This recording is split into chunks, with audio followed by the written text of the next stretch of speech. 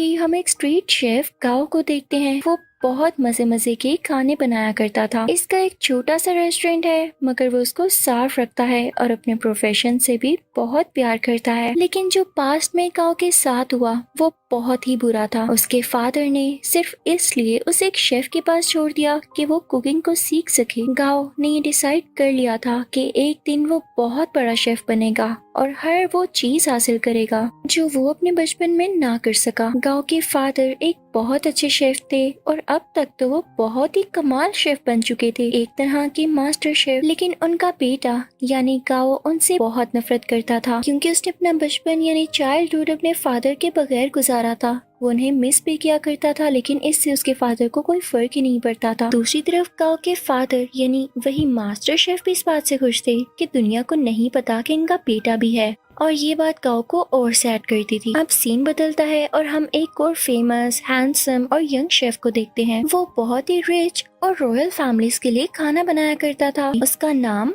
पोल होता है। पोल का ये ख्वाब था कि वो अपने फादर के लिए अपनी कंट्री में एक रेस्टोरेंट बनाएगा। इसलिए वो अब्रोड को छोड़ते हुए और सब ऑफर्स को मना करते हुए अपनी कंट्री वापस आ जाता है। वहाँ जाकर वो एक फिश सेलर के पास जाता है और कहता है कि मुझे एक बड़ी सी मछली तो दिखाओ। तो फिश सेलर उसे मना कर देता है। अब जैसे ही गाओ उसके पास बड़ी सी मछली लेने आता है तो वो आदमी उसे मछली दे देता है। ये देखकर पोल को बहुत गुस्सा आता है और वो गाओ को गुस्से से देखता है, जैसे वो उससे जेलस हो कि भाई इसने उसको मछली क्यों दे दी। फिश सेलर जब इन दोनों को गुस्से में देखता है तो वो मछली के 2 टुकड़े कर देता है ताकि इनमें लड़ाई ना हो। लेकिन वो दोनों फिर भी एक दूसरे को गुस्से से घूरते रहते हैं। अब हम पोल के शानदार और बहुत ही प्यारे रेस्टोरेंट को देखते हैं जिसकी आज ओपनिंग होती है। वो बहुत नीट एंड क्लीन एडवांस तरीके से बनाया गया और बहुत ही खुला रेस्टोरेंट होता है। उसको बहुत अच्छे तरीके से डेकोरेट किया होता है। पोल ने जो नया रेस्टोरेंट खोला था वो गांव के रेस्टोरेंट के बिल्कुल सामने था, जिसे देखकर गांव के दोस्त घबरा जाते हैं, क्योंकि ये नया रेस्टोरेंट इन कस्टमर्स का सारा इंटरेस्ट अपनी तरफ करने वाला था और इन सब लोगों को इनसे छीनने वाला था। और जिस बात का डर था वही होता है। सब लोग नए रेस्टोरेंट का टेस्ट चेक करने के लिए उसमें चले जाते हैं। तो गांव के दोस्त गांव को सपोर्ट करने के लिए डिस्काउंट ऑफर की अनाउंसमेंट करते हैं,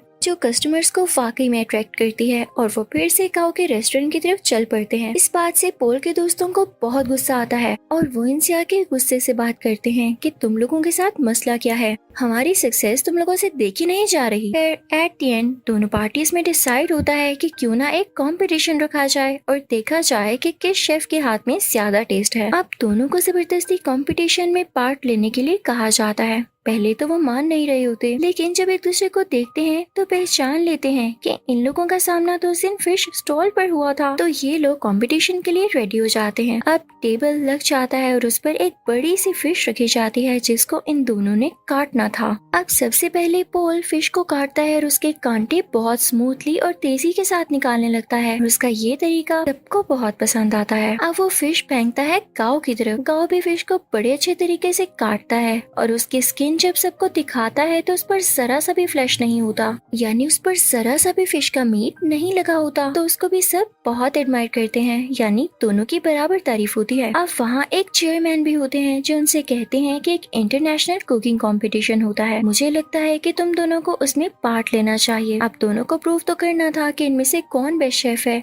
तो दोनों रेडी हो जाते हैं। अब पोल मीडिया को बताता है कि मैं फ्रांस में कुकिंग करता था और चाइना आकर मैंने फील किया कि अब भी लोग पुराने तरीकों को यूज करके कुकिंग करते हैं। और जाहिर है ये बात वो इनडायरेक्टली गांव को ही कह रहा था और इसे देख के गांव को बहुत गुस्सा आता है।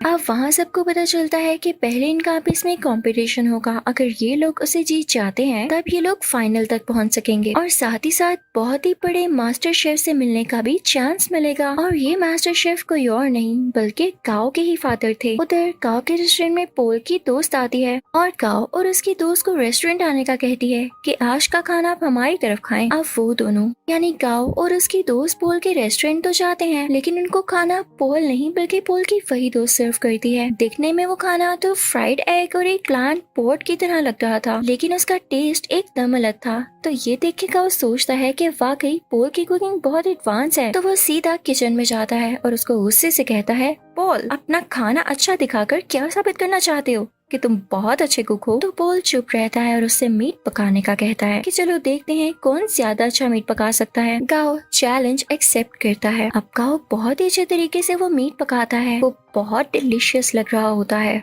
अब पोल उसे कहता है कि मैं तुम्हें सेम रेसिपी के साथ ये डिश बनाकर दिखाता हूँ। पोल शुरू करता है और सेम डिश बहुत ही कम टाइम में बना लेता है। जब गाओ उसको स्मेल करता है तो उसे अपनी डिश में और इसकी डिश में कोई फर्क नहीं लग रहा होता, तो वो समझ जाता है कि वाकई इसके पकाने का तरीका बहुत एडवांस है। वो उदास हो जाता है और वहाँ से चला जाता है। अब गाओ को कोई कहता है कि उसे उसके फादर बुला रहे हैं। गाओ अपने फादर के पास जाता है और कहता है कि अब आपने मुझे क्यों बुलाया, जबकि आप ये बात मानते ही नहीं कि मैं आपका बेटा हूँ। तो मास्टर शेफ उसे कहते हैं मैंने ऐसा इसलिए किया ताकि दुनिया ये ना कहे कि तुम मेरे बेटे हो, इसलिए तुम इंटरनेशनल कंपटीशन तक पहुँच सके, बल्कि मैं तो यही चाहता हूँ कि तुम खुद ये करो। तो गाओ कहता है डैड मुझे वैसे भी आपकी सपोर्ट की जरूरत नहीं, जब मुझे आपकी जरूरत थी तब आप मेरे पास नहीं थे। खैर मैं अब ये साबित करके दिखाऊंगा कि मैं वो हासिल कर सकता हूँ जिसकी वजह से आपने मुझे छोड़ा। अब गाओ यहाँ से चला जाता है क्योंकि उसे अपने डैड की किसी भी बात पर यकीन नहीं होता। अब next day international cooking competition होता है। सब प्रिपरेशन की जा चुकी होती हैं। कॉम्पिटेंट्स यानी पोल और गाओ भी रेडी होते हैं। टाइम स्टार्ट होता है। पोल की कोई स्वीट डिश होती है और गाओ की चिकन डिश। दोनों बहुत मेहनत से अपनी डिशेस तैयार करते हैं। पोल तो टाइम से पहले ही अपनी डिश तैयार कर लेता है, लेकिन उसके बाद गाओ की भी शानदार डिश रेडी हो जाती है। उसने भी टाइम पर अपना दिया गया टास्क पूरा कर लिया था। जजेस और ऑडियंस बहुत इम्प्रेस होते हैं और अब उनकी डिशेस को टेस्ट किया जाता है और दोनों के सेम पॉइंट्स आते हैं क्योंकि जज को उनके खाने में इतना ज्यादा डिफरेंस नहीं लग रहा था, यानी दोनों की डिशेस बहुत मजे की थी। तभी स्टेज पर एक जज आता है और इस कंफ्यूजन को क्लियर करने के लिए कहता है कि नो डाउट दोनों की डिशेस की टेस्ट बहुत आला थे, लेकिन मुझे टाइम मैनेजमेंट पॉल की ज्यादा पसंद आई, इसलिए ये कंपटीशन पॉल ने अपने नाम कर लिया है। पॉल यहाँ पर बहुत ज्यादा खुश हो जाता है। गाओ क्योंकि कंपटीशन हार चुका होता है तो वो बहुत ज्यादा उदास होने की वजह से अपने घर भी नहीं जाता और वीडियो गेम्स खेलने के लिए चल पड़ता है। वो कई दिन तक अपना टाइम यूं ही स्पेंड करता रहता है और एक दिन उसके पास वही शेफ आते हैं जिनके पास उसने अपना बचपन गुजारा और उसी के पास गाओ के डैड उसे छोड़ कर गए थे। वो उसे समझाते हैं कि गाओ देखो, हार जीत तो इंसान की जिंदगी का हिस्सा होती है ना, अगर आज तुम नहीं जीत सके तो क्या जरूरी है कि कल भी नहीं जीत पाओगे। लेकिन गाओ घर जाने के लिए तैयार ही नहीं था। उसे बहुत समझाने के बाद कन्विंस कर लिया जाता है कि उसे घर जाना होगा और अगले कंपटीशन की तैयारी करनी होगी। अब पोल बहुत ज्यादा खुश होने की वजह से अपने रेस्टोरेंट जाता है। वो बहुत एंजॉय करता है। उसके सामने उसके दोस्त बैठे होते हैं तो बातों बातों में उसके दोस्त उसे कहते हैं पोल तुम अपनी दोस्त को चांस क्यों नहीं देते हो, वो इतने टाइम से तुम्हारे साथ है, तुम उस पर ट्रस्ट तो करो, उसे अलाउ करो कि वो इंटरनेशनली तुम्हें रिप्रेजेंट कर सके, तुम्हारे रेस्टोरेंट का नाम ऊंचा कर सके। तो पोल उसे कहता है हाँ वो मेरी अच्छी दोस्त जरूर है, इस बात से मैंने मना नहीं किया, लेकिन यार उसे खाना तक पकाना नहीं आता, वो कैसे मेरे रेस्टोरेंट को इंटरनेशनली रिप्रेजेंट कर सकती है। तो उसका दोस्त और बातें करने लगता है और उसकी बातों से ये लग रहा होता है जैसे ये उसकी दोस्त के साथ ही मिला हुआ है और इनके दिल में लालच आ रही है। तभी वहाँ पर पोल की वही दोस्त आती है और उसके सामने सूप की 2 कप्स रखते हुए कहती है पोल क्या तुम मुझे बता सकते हो कि इनमें से किस में सॉल्ट ज्यादा है। तो यहाँ पर पोल खामोश हो जाता है क्योंकि उसमें टेस्ट करने की एबिलिटी ही नहीं होती, उसके टेस्ट बर्ड्स ऐसा कर ही नहीं सकते थे और ये नेचुरली था। तो इस बात की वजह से पोल को बहुत दुख होता है कि उसकी अपनी दोस्त ने उसके बाकी दोस्तों के साथ मिलकर उसे चीट किया और धोखा दिया। तो अब उसकी दोस्त कहती है क्या हुआ पोल, तुम समझते थे कि मैं तुमसे प्यार करती हूँ, ये तुम्हारी गलत फहमी थी, आजकल ऐसा कहाँ होता है, मैंने तो तुमसे दोस्ती सिर्फ इसीलिए की थी ताकि तुम्हें यूज करके इंटरनेशनल कंपटीशन में जा सकूं। वैसे जाना तो मेरे लिए पॉसिबल नहीं था, लेकिन आज तक जो मैंने तुम्हारा राज रखा उसके बदले में तुमने मुझे क्या दिया, क्या तुम मुझे एक ऑफर नहीं कर सके। लेकिन अब नहीं, अब मैं खामोश नहीं रहूंगी क्योंकि मैं भी इस कंपटीशन में जा सकती हूँ। अब यहाँ पर एक और बड़ी बात रिवील होती है कि पोल की दोस्त पोल के ही दोस्त के साथ मिलकर पोल को चीट कर रही थी क्योंकि वो दोनों अब रिलेशनशिप में थे और पोल के अगेंस्ट ही एक साजिश यानी कॉन्स्पिरेसी चल रहे थे कि पोल के रेस्टोरेंट को बेच देंगे और उनसे जो पैसे आएंगे उनसे अपनी लाइफ स्टार्ट करेंगे। लेकिन पोल भी ऐसा होने दे नहीं सकता था। पोल बहुत उदास हो जाता है और अपने रेस्टोरेंट से बाहर आ जाता है। रात हो चुकी होती है और वो बाहर बैठकर ड्रिंक करने लगता है। तभी उसे गाओ भी देख लेता है और उसके पास आके कहता है पोल तुम उदास क्यों बैठे हो यार, तुम तो जीत चुके हो, तुम्हें खुश होना चाहिए। तो पोल उससे कहता है हाँ जीत तो चुका हूँ पर हार भी बहुत कुछ चुका हूँ। खैर तुम छोड़ो, तुम्हें एक बात बताता हूँ, सामने ये बैनर देख रहे हो, वो इनफैक्ट गाओ के फादर यानी उसकी पिक्चर होती है। तो पोल उसकी तरफ इशारा करके कहता है ये मेरे आइडियल है मैं चाहता हूँ मैं इनकी तरह बनूं। तो काओ आगे से हल्का सा मुस्कुराता है और कहता है, पोल ये मेरे फादर हैं। तुम यही सोचते हो ना कि अच्छे इंसान है और तुम इनके जैसा बनो, तो मैं तुम्हें बताऊं मेरे फादर दिल के बहुत बुरे हैं। काओ उसे अपने पास्ट की स्टोरी बताने लगता है कि उन्होंने मेरे साथ क्या क्या किया। पहले तो पोल कहता है, काओ तुम मजाक कर रहे हो यार, बस कर दो। लेकिन काओ उसे बताता है, नहीं वो मुझे बचपन में वाकई में छोड़ गए थे, सिर्फ इसलिए कि मैं उनके प्रोफेशन को अपना नहीं पा रहा था। मैंने अपना सारा बचपन उनके बगैर गुजारा है।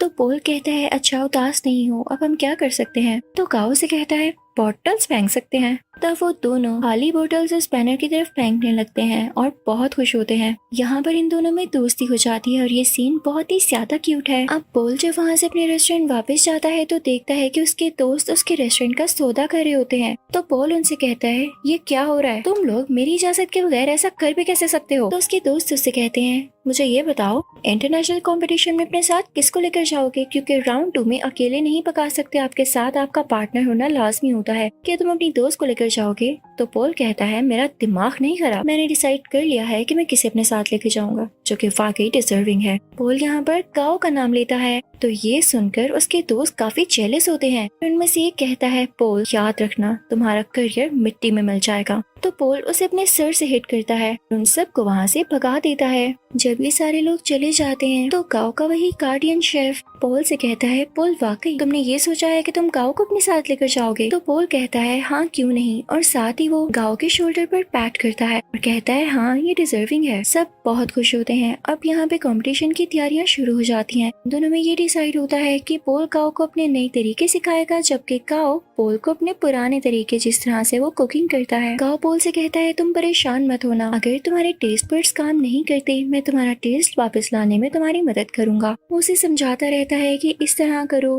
पोल भी उसे नए नए तरीके बताता रहता है और यहाँ पर इन दोनों का काफी अच्छा टाइम स्पेंड हो जाता है। ये रोज खाना बनाने की प्रैक्टिस करते, साथ साथ डांस करते, सिंगिंग करते और बातें करते। और अब यहाँ इन दोनों की दोस्ती और भी गहरी हो चुकी थी। अब वो दिन भी आ जाता है जब इंटरनेशनल कंपटीशन का राउंड 2 होता है। ये दोनों अपनी डिश बहुत अच्छे तरीके से बनाने लगते हैं और कम ही टाइम में बहुत अच्छी स्वीट डिश तैयार कर लेते हैं, जो कि जजेस को इतनी ज्यादा पसंद आती है कि वो कहते हैं, हमने आज तक ऐसी डिश नहीं खाई। और ये राउंड ये दोनों विन कर लेते हैं। और सही कहा जाता है कि यूनिटी इज स्ट्रेंथ। अब इसके बाद शुरू होना होता है थर्ड राउंड, जो कि कुछ दिन बाद था। और ये कंपटीशन इनका उसी मास्टर शेफ यानी काओ के फादर के साथ था। तो यहाँ पर पोल काओ से कहता है, मुझे लगता है कि तुम इस कंपटीशन को जीत सकते हो, तो तुम चले जाना। तो काओ पोल से कहता है, तुम बहुत अच्छे शेफ हो, तुम्हें तो एडवांस तरीके भी पता है और तुम मेरे से भी ज्यादा अच्छा कर सकते हो। तो पोल कहता है, नहीं ऐसी बात नहीं, देखो मैंने अपने फादर का ड्रीम पूरा किया अपना रेस्टोरेंट बनाकर, तो तुम अपने फादर का ड्रीम पूरा करो ना। वो तुम्हें एक बहुत अच्छा शेफ देखना चाहते थे, तो तुम उनके सामने जाकर कुकिंग करो और उन्हें प्रूव कर दो कि तुम बहुत अच्छे शेफ बन सकते हो। तो काओ मान जाता है और पोल का शुक्रिया अदा करता है। अब थर्ड और फाइनल राउंड स्टार्ट हो चुका होता है।